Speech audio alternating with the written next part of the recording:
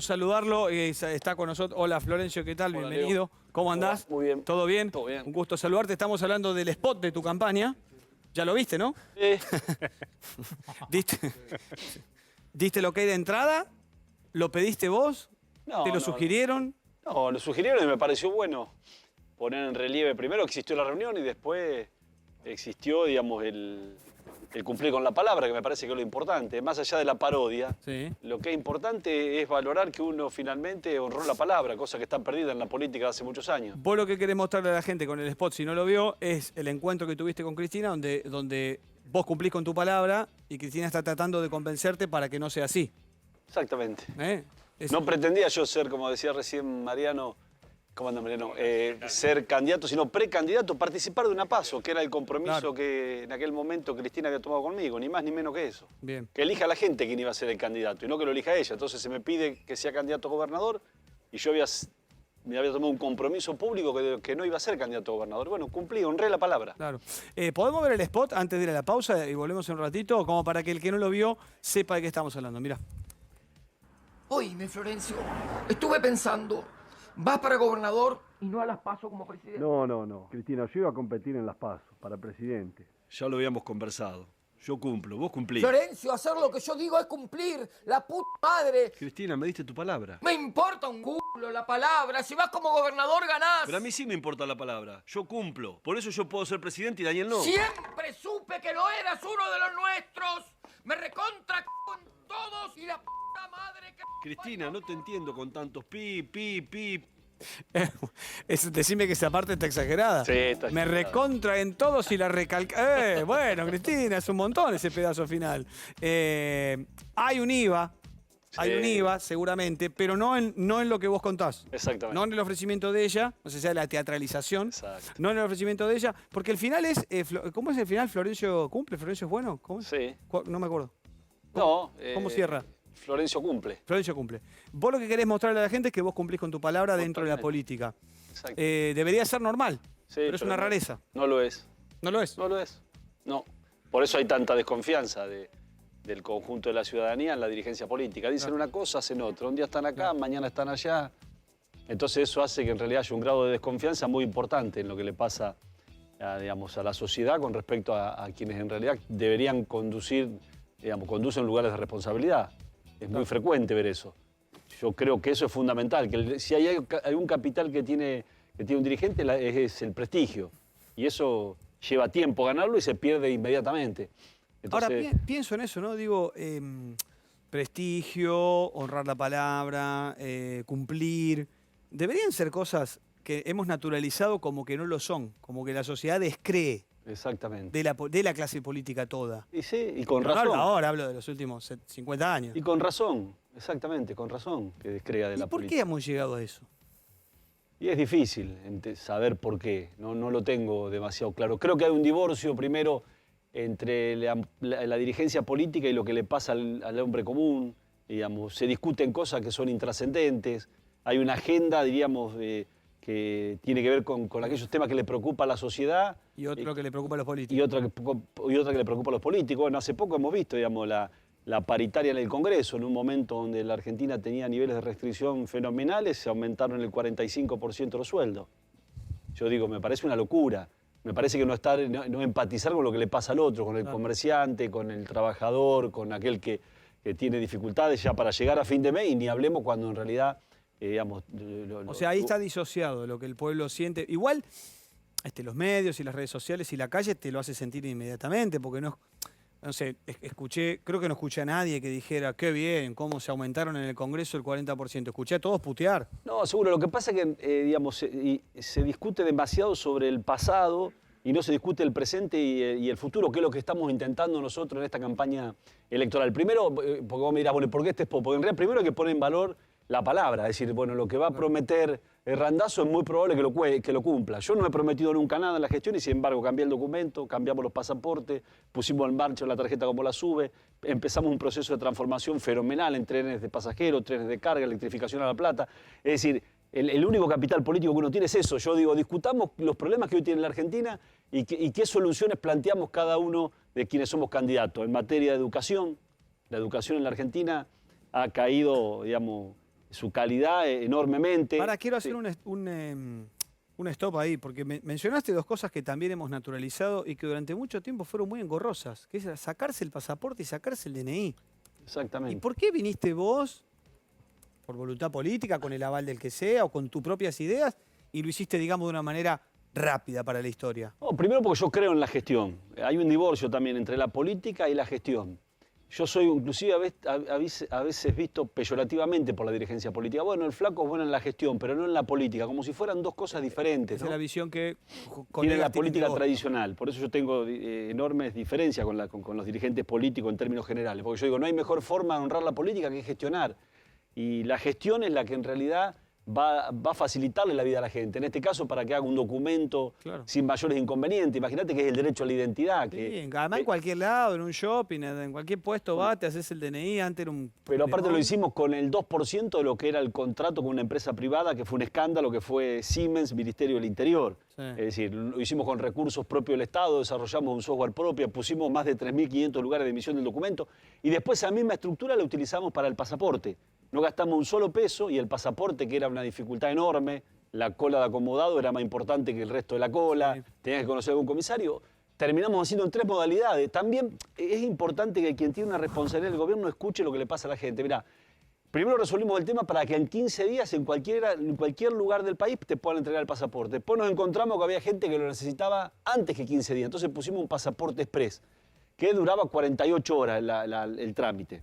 Y en la entrega del pasaporte. Y después nos encontramos con algunos que me llamaban y me decían, che, estoy por viajar, estoy en Ezeiza y me doy cuenta que tengo vencido el pasaporte de uno de mis hijos. Y ahí hicimos el pasaporte al instante. Yo recuerdo haberlo llamado Ornequian en aquel momento, que es el que tiene la concesión de Aeropuerto 2000, y decirle que iba a hacer un pasaporte en el instante. Me dice, ¿estás loco, flaco? No, le digo, usted me da, le digo, un local en forma gratuita. Sí, yo se lo doy. Me dice, bueno, nosotros vamos a hacerlo el pasaporte en el instante. Pero para esas urgencias. En 30 minutos. Para eso o no, porque en realidad sale $200, porque en realidad el Estado no está para subsidiar ese tipo de cosas, salvo que vos salgas y necesitas por una cuestión, digamos, humanitaria. ¿Eso existe aún hoy? Sí, existe aún hoy. O sea que si tenés un problema, te olvidaste, qué sé yo, pones $200 y te da exacto, el pasaporte. Exacto, lo tenés en Ezeiza, en Aeroparque, lo tenías acá en Pacífico y Libertador. Creo que en algunos lugares, inclusive, no sé si no lo cerraron, lamentablemente. No, acá está, en Bullrich y Libertador está. Bueno, está el centro de documentación. Después lo pusimos en Mendoza, en Rosario. Digo, digamos, se trata de eso la política. Y con el tema de los trenes, con todo lo que pasó en 11, ¿no? La tragedia y las condenas, Schiavi, compañía y demás. Habiendo sido vos un gran impulsor de las partes buenas de los trenes, ¿qué te pasa cuando ves lo que pasó, quizá por no invertir el presupuesto como era adecuado, para que la justicia juzgue a esas personas? Que no hubo conciencia de la responsabilidad que se tenía. Con razón o no se dejó que se instale la idea de que había funcionarios corruptos con empresarios corruptos. Y eso se materializó en la tragedia de 11. Yo no estoy haciendo un juicio de valor. Está claro, a mí no me gusta hacer juicio de valor porque para eso está la justicia. Ahora, yo asumí con la responsabilidad de sacar adelante la situación.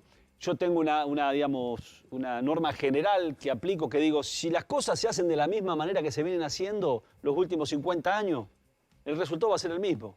En eso lo aplicamos en el pasaporte, en el documento y lo aplicamos en los trenes. Salimos a comprar trenes nuevos.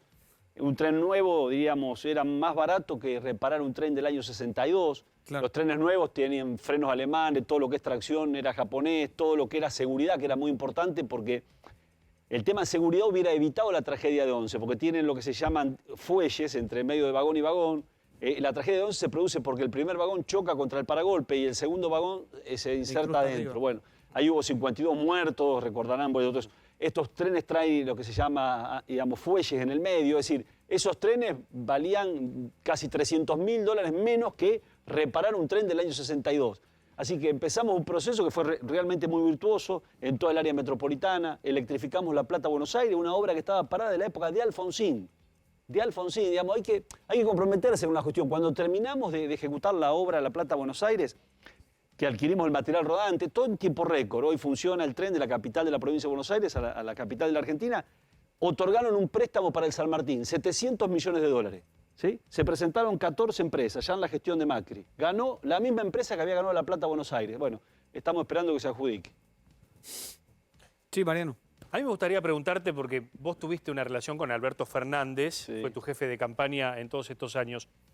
Si tenés que decir qué le pasó a Alberto Fernández en estos 2 años, conociéndolo, ¿qué le decís a la gente? Tendría que ser un mago, decirle lo que le pasó.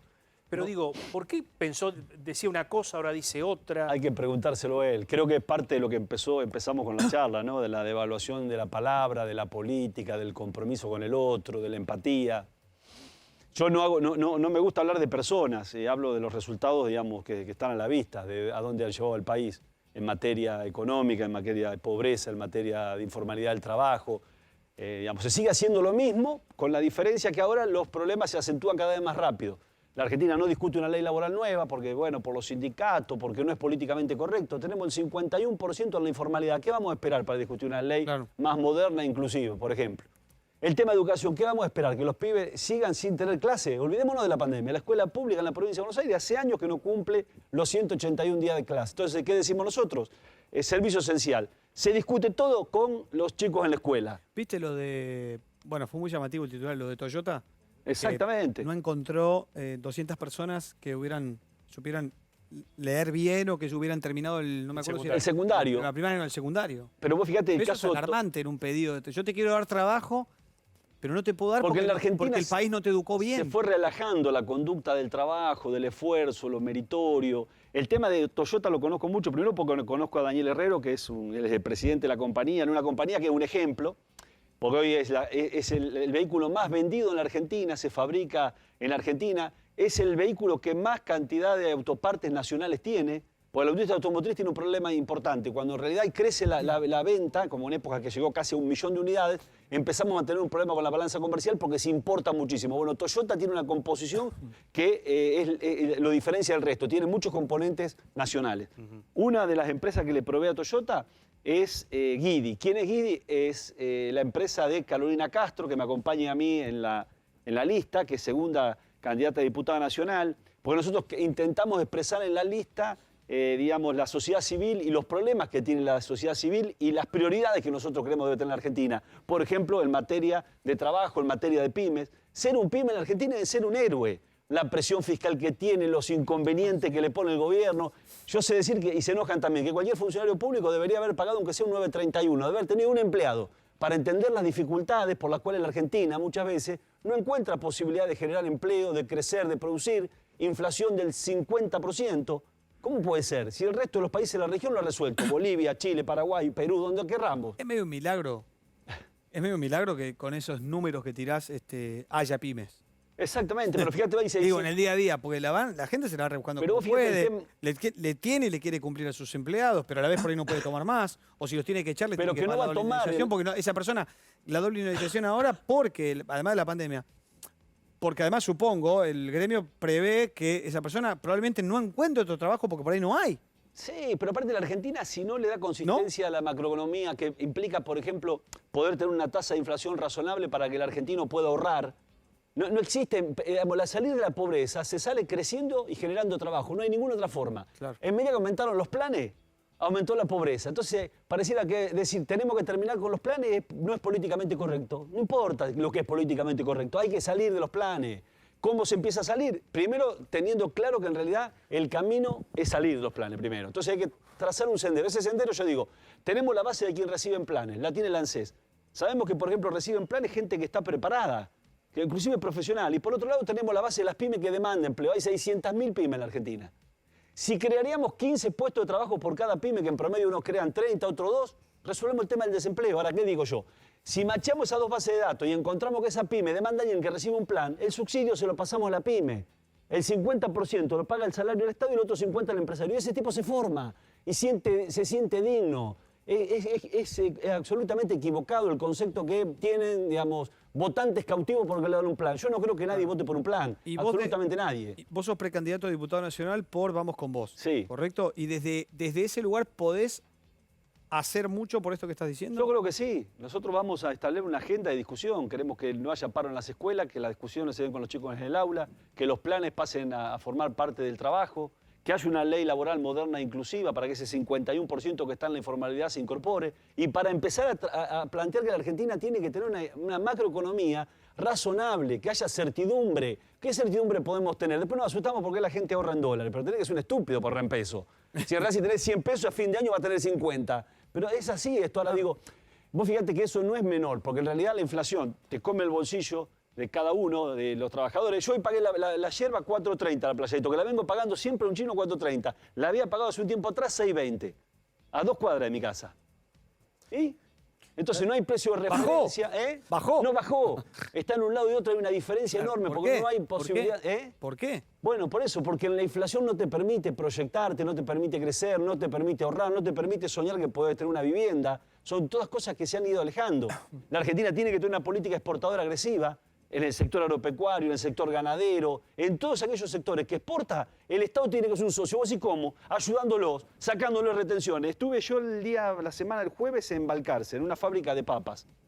Qué interesante, porque Balcarce es una ciudad, primero a mí me gusta mucho porque bueno, nació Fangio, yo soy fierrero, Ajá. y fui a la fábrica del Bocha. Además de jugador de básquet, que después quiero discutir este tema. Tengo fotos de tengo foto y te divisé en la foto. Era un buen jugador. No sé, eso lo tengo que chequear. Pero te vi en la foto y dije, ese es Randazzo. Pero después. Pero fíjate, fui a una fábrica de papas y donde en realidad producen la papa como materia prima, la exportada a 0,75 centavos.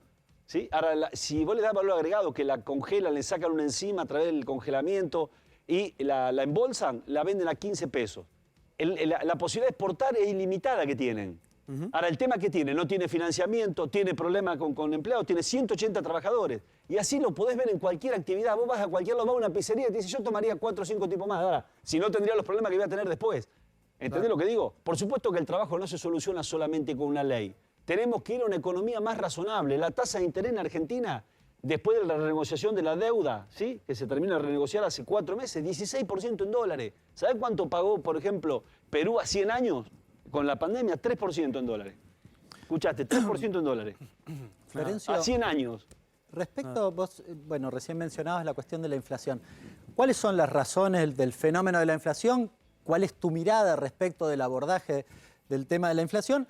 Y recién mencionabas un poco al pasar alguna cuestión de, no sé, una pyme dice, bueno, no contrato por los problemas que puedo tener después. ¿Hay que hacer una reforma laboral? Sí. Empezamos por la reforma. Yo le digo que es una reforma, primero, digamos, que entienda que es para defender al trabajador. Es decir, que aquel que tiene un trabajo formal y tiene derecho de adquirido, ese no se toca. Ahora, quienes en realidad no tienen trabajo, están en la informalidad, que es el 51%, hay una nueva ley, discutamos. Pues si yo soy dueño de la verdad, no, pero yo creo que debería tener distintas modalidades de contratación. No es la misma una pyme, digamos, en La Matanza que una multinacional en La Matanza. Son cosas diferentes. No es lo mismo una empresa que produce software, donde los límites de contratación ya no son geográficos, porque pueden contratar en la India o en la China a un tipo. Entonces tenemos que tener cuidado con qué tipo de modalidad de trabajo tenemos ahí. Después la indemnización hay que reemplazarla por un seguro de desempleo, donde aporta el trabajador, el empleador y el ANSES. Y después hay que terminar con la industria del juicio. Pero esto es unánime con cualquier persona que hable, del que tiene un kiosco al que tiene una gran empresa. Después, para mí, hay que trabajar en el tema de la inflación. ¿Vos decís cómo se trabaja? Mira, no es de derecha a izquierda. El déficit fiscal es un problema para la Argentina. ¿Cómo se combate el déficit? Porque hablar de déficit es ajuste. No es ajuste. Es que en realidad el Estado gaste mejor y fije prioridades. El Estado es como en tu casa. Primero te alimentás, después te vestís. O primero te alimentás, después te vestís y bien digo, después te vas de vacaciones y te sobra. Este Estado presta servicios de mala calidad en términos generales. Porque digo, no es el Estado de Macri, que es un Estado sin corazón, donde dejás digamos, al conjunto de la sociedad que generalmente ya hay desigualdades a la buena de Dios, ni tampoco el Estado concebido de esta política, que es un Estado que se mide por la cantidad de recursos y por la cantidad de empleados. El Estado tiene que ser que preste bienes públicos de calidad. ¿Qué digo? Salud, educación, seguridad y promover el desarrollo. Bien. Ese es un primer tema. Primer tema, déficit fiscal. El déficit lo financia. ¿Cómo reducís el déficit sin hacer ajuste? No, primero gastando mejor, invirtiendo mejor. La Argentina pagaba por cada tren reparado $1.470.000. Nosotros compramos el año 62. Nosotros compramos trenes a $1.090.000. Los alimentos en la pandemia se pagaron 4 veces, eso fue una noticia que se conoció, 4 veces lo que establecían los precios máximos. El contrato sin el Ministerio del Interior era $1.260 millones, lo hicimos por $14 millones. Mirá, si tenés para ajustar, ¿sabes qué? Te sobra. El tema es si vos tenés compromiso con eso. Porque el déficit, ¿cómo lo financiás? Mirá, vamos a contarle a la gente. Lo financiás emitiendo moneda, inflación, endeudándote, no tenés más posibilidad de endeudarte hoy en la Argentina, o emitís con la maquinita. Entendés que no tenés alternativa. Entonces, primer tema. Después tenés que promocionar las exportaciones. Vos fíjate que acá se hace al revés. Se limitan las importaciones. Es una locura lo que hace la Argentina. Lo que pasa es que en la gestión de Macri, en los 4 años de Macri, se planteó algo muy parecido a esto No, último pero no me que vengan planteás. con Macri. No, pero digo, en general, la Pero variable no de era las así. Primero Macri exportaciones... no le planteó una reforma laboral, no promocionó las exportaciones, me refiero a siguió las con los planes sociales. No vayamos a Macri, Cristina, vamos a discutir qué es lo que hacemos nosotros ahora, qué propuesta tenemos, porque si no seguimos echando la culpa a Macri, Fernández le echa la culpa a Macri, Kicillof a Vidal a fulano, y no resolvemos nada. No, lo Se que tiene te decía de- es... de los dirigentes de oposición que hoy hay. No, yo Hay no- muchos peronistas. A ver, te tiro algún dato. Emilio Monzó, por ejemplo. ¿Te No, sentís pero Manuel Monzó identificado? participa en Cambiemos. ¿Por qué en realidad no somos honestos? Él participa en un espacio que en De la realidad conduce Torre, Macri. De la Torre, Con Macri, con Macri. Pichetto, con Macri. claro. Pero no sé por qué nos cuesta tanto darnos cuenta de eso y justificamos cosas que son injustificables. Con Macri están. Randazzo, le hago una pregunta. ¿Cómo Sí. le va? Buenas tardes. Una pregunta con respecto a los trenes. ¿Por qué se compraron trenes donde tuvieron que modificar todos los andenes y no compraron trenes que los andenes eran adaptables a esos trenes? ¿Se acuerdan, no? Que todos los trenes eran Sí, me chinos. acuerdo la estupidez que decían. Una de las estupideces que decían eran esas. No, yo la vi, ¿eh? No, pero yo le cuento por qué. Porque una estupidez porque no se sabe. Si se supiera un poquito, los trenes eléctricos tienen otra altura y las normas internacionales hoy obligan a que en realidad el andén sea el más alto y tenga la altura de lo que tiene el bogie del tren. No es que en realidad compramos trenes de otra altura. ¿Se entiende? Una Sí, estupidez de la compraron que se trenes de otra dijo. altura y tuvieron que adaptar. Entonces No, está no, justificado que se adapten Sigue todas sin las- O sea, entenderme. los andenes nuestros Sigue no sin están a la entenderme. altura Los de andenes los nuestros eran viejos. Pará, yo que no entiendo nada, te pregunto. Yo lo entendí, como cualquier persona. por eso, pero está pero bueno aclararlo, porque la gente los decía... Claro, pero no, fíjense la estupidez que dijeron. Decía que habíamos comprado trenes de otra altura. Yo siempre decía... Los pero- andenes nuestros, cuidado Mariano. que Eran te- más bajos. Los andenes nuestros son Exacto. más bajos de los que ¿Pero esos dónde trenes lo vio, están por ejemplo, como se Saulo, venden usted? en el mundo. Déjame ver. Soldati. ¿En dónde? Soldati, el tren Belgrano Sur. Bueno, entiende, en ese caso, en realidad los trenes hoy están obligados por el bogie que tiene, que tengan la misma altura de la puerta. Entonces los andenes en Argentina, como tenían 50 años, eran bajos. Claro. ¿Entiende lo que digo? Claro. Eso es lo que te estaba preguntando yo. Es obligatorio. O sea, inclusive hay un problema, hay un litigio judicial con el Belgrano Norte, que hay un fallo de la justicia, porque todavía no se terminaron de levantar, donde la justicia los obliga a levantarlos y no a suspender el servicio. ¿Qué es lo que se está esperando? Electrificarlo, porque si no deberían levantarlos y a su vez modificar todos los trenes. ¿Te puedo hacer una pregunta? Sí. Los trenes que se venden afuera, que ya son más modernos y allá los andenes están más altos.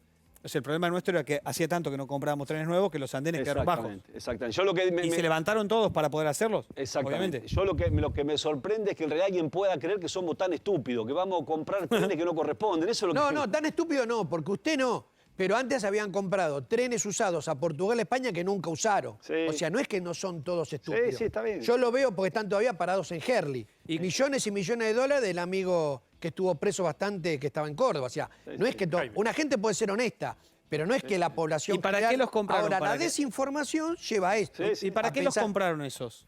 No, ¿Para quedarse eso con en el realidad... dinero? ¿Para qué? Bueno, de eso ¿Para qué una los ca- compraron? Los Hubo- compró como chatarra para hacer negocio. Para hacer Jaime negocio. y compañía. Claro, para que te quede la guita y no para que te usarlo. quede la plata, Ok, era para- obvio. Era, y fue nunca así. anduvieron. Pero bueno... Entre otras cosas, fue juzgado por eso. Fue jugado por eso. No terminamos. Las exportaciones, tenés que, digamos, tener una política de estímulo a las exportaciones, no limitar las importaciones. Es decir, para que la balanza comercial tenés dos formas, o crecer con las exportaciones o bajar las importaciones. La Argentina tiene que aumentar las exportaciones con el sector agropecuario, con la pequeña y mediana empresa, con toda aquella empresa que tiene potencial de exportación. Fíjate lo que se hace con la carne. Nuevamente se limitó la exportación de carne. ¿Cómo terminó la historia? Mirá, Uruguay SMA aumentó el 40% de la exportación. Nosotros caímos el 20% y la carne aumentó el 4,5% por encima del resto de los En alimentos. julio bajó, hoy di el anuncio justo. Pero no, No, quería preguntarle respecto de una cosa. Usted menciona la política, por ejemplo, de los DNI, de pasaportes y demás. Hoy quizás uno ve, no sé, la política en relación a la educación. No lo asocia a Trota o a la cuestión de salud, sino dice, bueno, es una política en cabeza del presidente. ¿Cómo le explica a un votante suyo que en realidad aquello tiene que ver con su política y no con la política del gobierno de ese momento? y sería explicarle, porque si con ese mismo criterio deberían explicarle que la política de Jaime no fue de Cristina. ¿Se entiende lo que digo? Es decir, si Cristina es la dueña del éxito de Jaime y de Randazzo, ¿entendés lo que digo? Usted dice Depende de que- uno, Sí. depende de uno. ¿Entendés lo que digo? No tenga ninguna duda que depende de uno. No Usted dice tiene- que la política que usted implementó en esos años es suya. Totalmente, pero que es así. ¿Por qué no lo hizo Aníbal si fue antes, tuvo ministro? ¿Por qué no lo hace hoy de Pedro? ¿Por qué no lo hizo Jaime? ¿Por qué no lo hizo Debido? Es muy fácil esto, muchacho. ¿Entendés? Nosotros tenemos que reconocer la realidad. Después, por supuesto que la impronta de cada uno, yo me sentí acompañado, yo le valoro que me haya acompañado, pero la impronta se la da uno, en cada área que está. Yo estuve con los documentos, cuando llegué, hacía años que habían pasado ministros y Y si no haces tu gestión, no pasa nada. no. Es el país este es el país que tenemos, no pasa nada. Claro, no, pero mi pregunta era que si vos haces una gestión buena, y sea valorado o no, quizá no sea ordenada o del agrado de el que fuere, ¿no? Cristina, Alberto, el que fuere comandando, digamos, el kirchnerismo, ¿no? ¿Cómo lo ven? ¿Es bien tomado? ¿Es mal tomado? Si hace lo que él quiere y tiene buena gestión, ¿es una oveja negra dentro de nosotros? Yo creo que sí, yo creo que en realidad tenés mucho mayor riesgo, digamos, jugándote y haciendo las cosas. Yo tengo también... Entendiendo lo que vos decís, Sí, ¿no? De si sí, vos te pones sí. a gestionar por, Yo digo, a los por burócratas- motu propio. A los burócratas se los reconoce a lo lejos, no aspiran a transformar, sino a perdurar. Y en general eso es lo que pasa. Por eso las dinámicas de los gobiernos tienen poca gestión, inexistente la gestión que hay. Claro. ¿Entendés? Claro que pasa eso. Claro que pasa eso. Y si no, finalmente la pregunta que me hace él tiene que ver con la idea de cuando alguien hace las cosas bien, está mirado, digamos, de una manera, digamos, che, bueno, este es individualista. No, finalmente si cada uno de nosotros, en el área que trabajamos, podemos contarle a la sociedad lo que hacemos, eso hace que un gobierno sea un gobierno mucho mejor. Randazzo, le quiero consultar por el tema de los ingresos a Olivos durante el año pasado, cuando estábamos en cuarentena extrema, en horarios que no se permitía circular y demás. ¿Qué opinión tiene sobre todo? Una vergüenza, una verdadera vergüenza. Yo he tratado de ser muy cauto con el tema de la pandemia porque digo, bueno, hay más de 100.000 fallecidos, ¿no? Y uno tiene amigos, familiares, así que he sido prudente con eso, pero que se ha manejado mal, se ha manejado mal. Que en realidad la política de restricción llevada adelante durante 7 meses con la dicotomía economía-salud, digamos, destruyeron la economía y destruyeron la economía, bien digo, y la salud, los promedios de fallecidos cada 100.000 habitantes, la Argentina está entre los 10 países más importantes del mundo.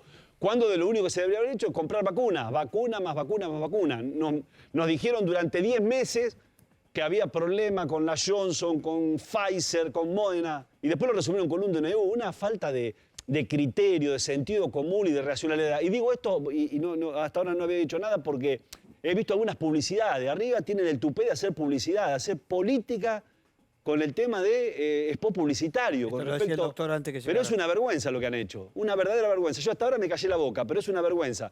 Permanentemente asistimos a publicidades relacionadas al éxito de la pandemia, con 105.000 muertos, sin vacunas, aplicando la Sputnik. La Sputnik se sabía de hace mucho tiempo que el Sputnik 2 no iba a estar. De hace mucho tiempo se sabía, y esto el doctor lo debe saber como lo sabían el resto de quienes en realidad son especialistas en la materia. Sin embargo, le pusieron la Sputnik 1 a los mayores de 60, a los de mayor riesgo, que hoy no tienen la posibilidad de tener la Sputnik 2. Pero bueno, esta es la Argentina. Randazzo, hace un ratito usó una respuesta a la palabra meritorio, pero el mérito no está bien visto por acá en los últimos años. Y así nos va, así nos va. Lamentablemente, se perdió la cultura del esfuerzo, del trabajo, del estudio, del progreso, del ascenso social. Se generó una cultura absolutamente perversa. Y eso nos ha hecho un daño tremendo, que creo que es lo más difícil de recuperar. Ahora, esas transformaciones empiezan de arriba hacia abajo. Donde haya compromiso, donde se premia al que más se esfuerza, al que más trabaja, al que hace las cosas bien no esté sospechado.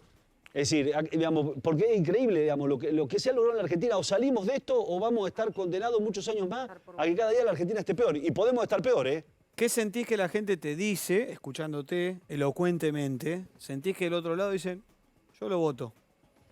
¿Qué sentís qué te dicen en la calle cuando vos hablas todo esto? Soy un tipo de convicciones. Yo participé, bueno, en el 2015, como veníamos recién el comentario del spot, digamos, pude haber sido gobernador y dije que no. En 2017 Cristina me ofreció ser primer candidato a diputado nacional, le dije que no, porque yo ya tenía otra visión de lo que había que hacer en la Argentina.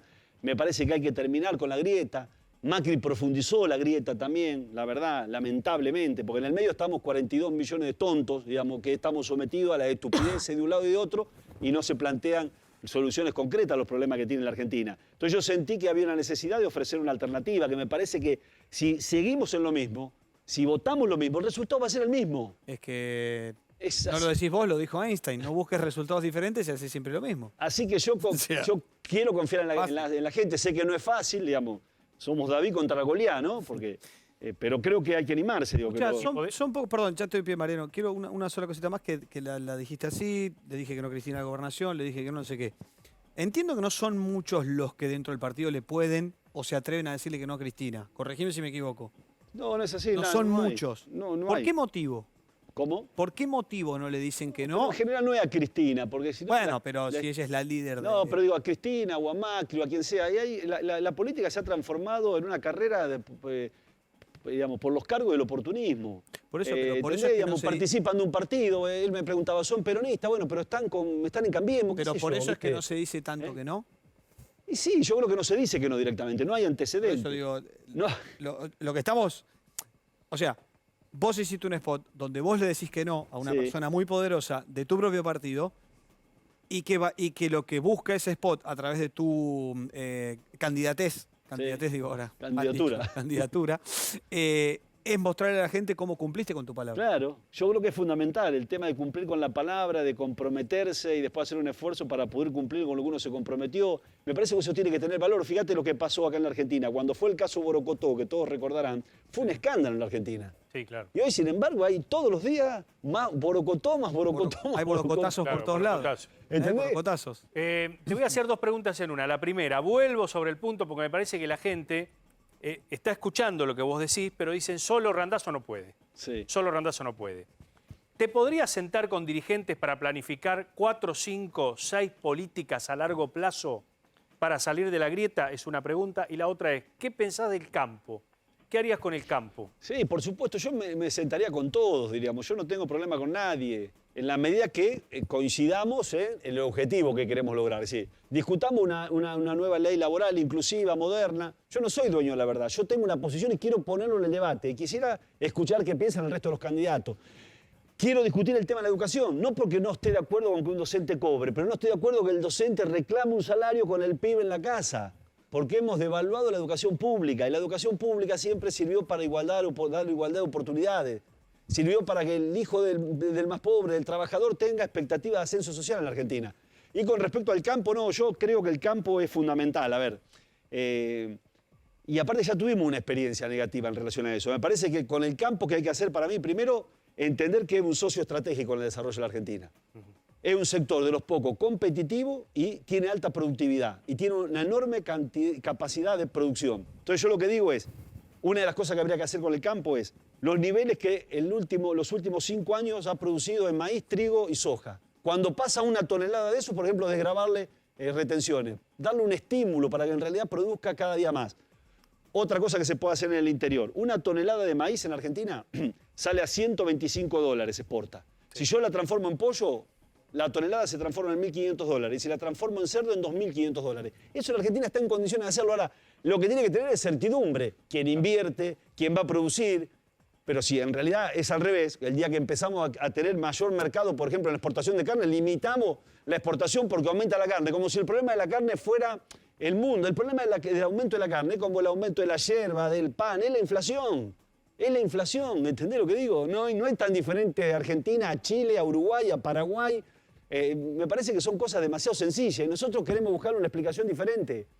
Creemos que somos diferentes y esa viveza criolla nos está llevando a un fracaso estrepitoso en la Argentina. Randazzo, por el tema educativo, en base a la baja performance que se tuvo históricamente en todas las competencias internacionales de cuando aparecen las Olimpiadas, 4 medallas de oro que son más mérito de la gente que las tiene que de un gobierno que diga, bueno, porque fútbol, vóley, hockey, son históricamente, digamos, estructuras de deportes que están o formadas por clase de gente que puede solventar el deporte y aparte porque hay una riqueza en el deporte en Argentina. Pero, ¿quién bala, yachting, tiro con arco y flecha, jabalina? Eso se aprende en la primaria y la secundaria. ¿Usted no cree que llega el momento, después del desastre que hizo Menem, de privatizar el Ministerio de Educación y terminarlo sin ninguna injerencia, de que vuelva a ser de vuelta a la primaria doble escolaridad?